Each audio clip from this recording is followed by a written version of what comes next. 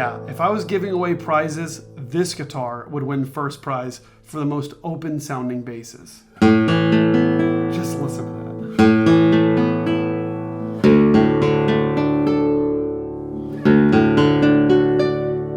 And then when you play the trebles,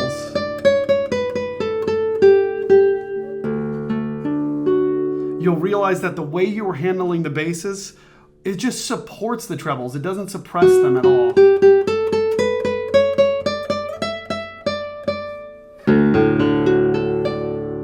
And this guitar just loves to be pushed. I mean, it's exactly what I think of when I think of Santos Hernández guitars. And with sensitivity, it rewards you equally. Hello and welcome to the Guitar Collection. Today I finally get to share with you a Santos Hernández guitar. Now, Santos Hernández is arguably the second most important luthier. It's certainly the second most important Spanish luthier of all time. Santos Hernández built guitars for some of the most famous guitarists in the world at the time. Miguel Llobet, Regino Sainz de la Maza, even Andres Segovia. And his instruments were taking the torch of Torres and carrying it further, bringing more power, more responsiveness, and you are seeing a perfect example of that. Now, this guitar is from the year 1928, and this was actually owned by a former professor of mine, Adam Holzman, who owned this guitar for more than 30 years and was like one of his main practice guitars at home, one that he really cherished. Now, this has a spruce top. The back and sides are Indian rosewood. And then the feeling of the neck, well, first off, when you look at the neck, you'll immediately notice this huge break angle that Santos Hernández is known for. The headstock just coming at such an angle here, right? You can see that. It's really something. So it's the first thing you kind of notice when you pick up one of these guitars. But then when it comes to the shape of the neck, it's very comfortable. It's not super thin, not super thick either, with a rounded shape. This particular guitar has a very low action. The original tuners here as well. And there were a couple of repairs done on this guitar by the workshop of Manuel Velasquez back in 2004. And since then, this guitar has remained in perfect condition. There are little marks here and there, but my gosh, is this instrument a treat. You'll notice this rosette of Santos's. I mean, very simple colors. And in the right light, it just pops out so beautifully. Looking at his label there, you'll see Santos Hernández, Madrid, and of course the year, 1928. Looking at the bridge, very simple appointments here. You'll see Indian rosewood, this bone saddle here, and at the tie block here, some more of that Indian rosewood in bone to protect the strings from digging in. So let's talk about the sound of this guitar. As you heard me saying a moment ago, this has incredibly open sounding basses. And when I think of Santos Hernández as a luthier and the guitars that I've heard in the many recordings, and also the instruments that I've tried, I always notice these basses just being so bright and punchy, but somehow containing all of this depth that you want as well. They're very responsive guitars, I'll say that. Of all these older Spanish makers, Santos Hernández's are so responsive. And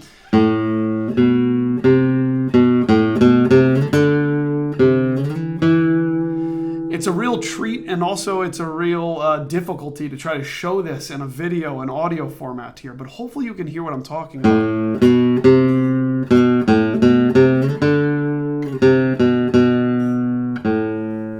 And then see if I play a dynamic lower than that.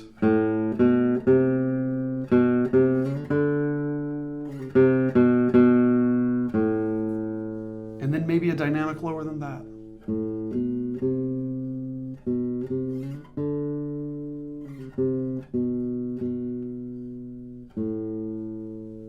See, it's very reactive to your touch, and the dynamic range, therefore, is huge. trust me, many of the guitars, many modern guitars of today, and gosh, historic guitars, really don't invite you to push like that. So it really makes you want to play aggressively like and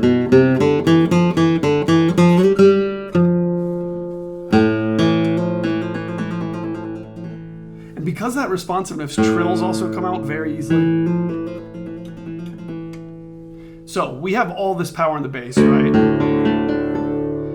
But then when we start to explore the treble strings, this is one of my favorite second strings I've ever heard. Whoa, I mean, first off, gosh, this is an insane note. They all are D, E, F sharp.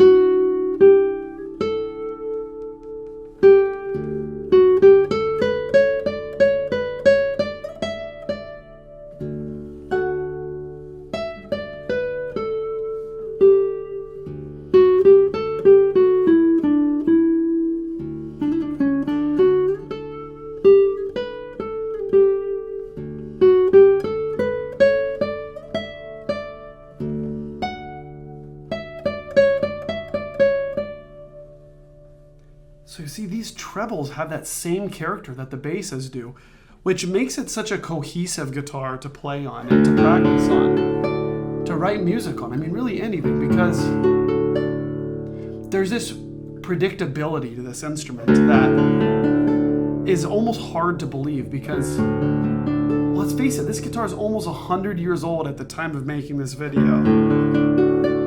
And when it's so alive,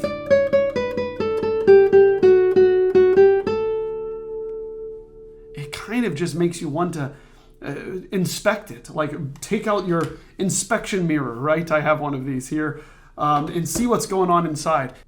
Okay, back to the sounds that this guitar is making. Listen how even this instrument is when you're playing on the first string.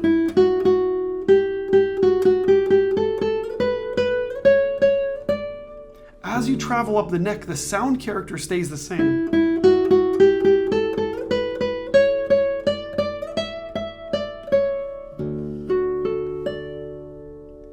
I don't know if you all have had the chance to play a guitar that you felt is really warmed up, as in, maybe a great player has played it for a long time. That's how this guitar sounds, because every note is just so even. On a brand new guitar, oftentimes there'll be areas of a guitar that just sound absolutely wonderful, and other areas that, I don't know, maybe you have to push it too hard in order to make it wake up. And then as you get to know a guitar and as it develops under your fingers, those areas even out. But I'd be hard-pressed to find an instrument that's as even as this one. Maybe because of the age, maybe because it was played by a great player for many years, or maybe just because Santos Hernández was that genius of a builder. It is very hard to know, but just listen to this.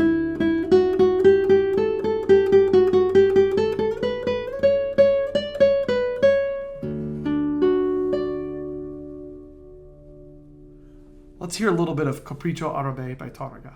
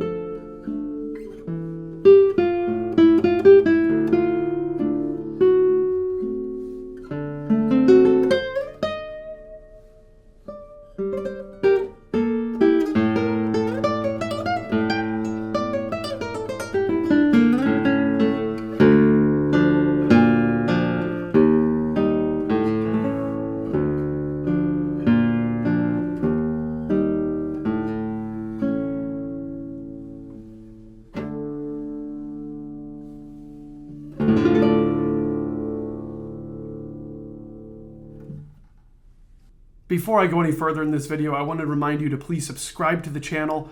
Check this guitar out at guitarcollection.com. You'll see a full album of photos and videos there.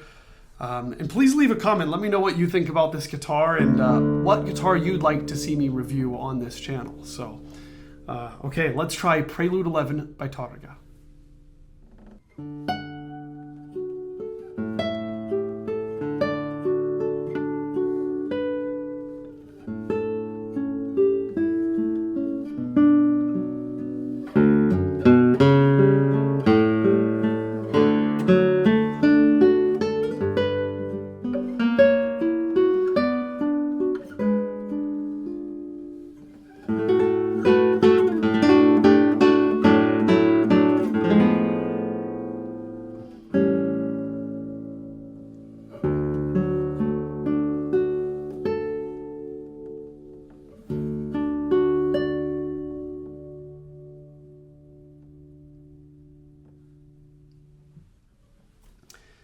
there's just so much bite to every note.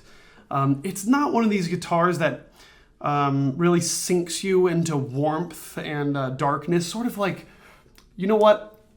A Spanish maker from around this same time, a different part of Spain, but Francisco Simplicio will give you this much more warm and cozy feeling, where this guitar, Santos Hernández, is more of that like cut through and punch type of sound, and a little bit more sensitive in terms of the higher end of the guitar. So it's really cool to see these two sort of pathways of guitar building and ideal sounds for each of these makers. But yeah, you can see why these guitars were so often played in concerts by so many of the top guitarists from around the world, because they have that power and responsiveness and clarity that is pretty unmatched for his time. So, wow. Well, I'll play a couple more examples for you on this 1928 Santos Hernández. I hope you enjoyed this video. If you did, I'd love to hear from you. Please feel free to reach out to me with any questions that you might have. But yeah, this has been a beautiful guitar. Thanks again for watching.